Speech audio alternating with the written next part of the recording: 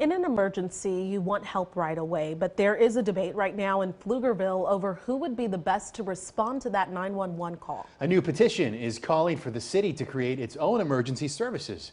But the crews responding to those calls right now, Travis County ESD 2, say that move could lead to slower response times.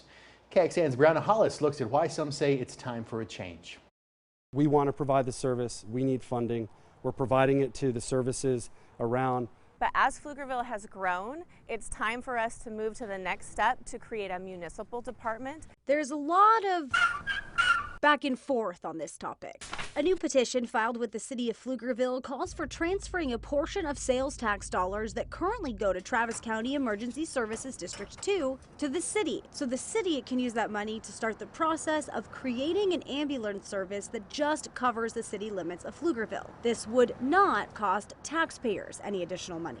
Town Center Drive. Chief Nick Perkins with ESD2 says his firefighters have the training to handle medical calls, so they respond to all med calls within the city limits, even though the city is currently contracted with a private ambulance service. He says if the petition passes, that could mean $10 to $15 million less a year for the department, which accounts for about 1/3 of the annual budget. I will have to eliminate as many as 100 firefighting and staff positions.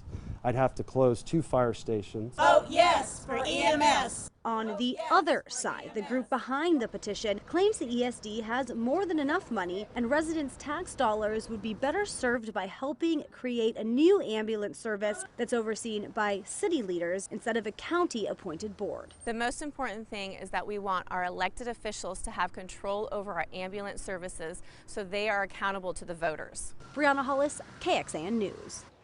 And the petition has been submitted, and city leaders are now in the process of validating the signatures.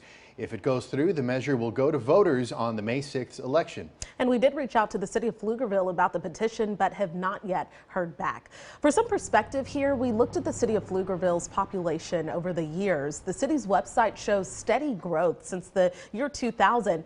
Back then, in December, 19,000 people called Pflugerville home. 10 years later, the population grew to 50,000.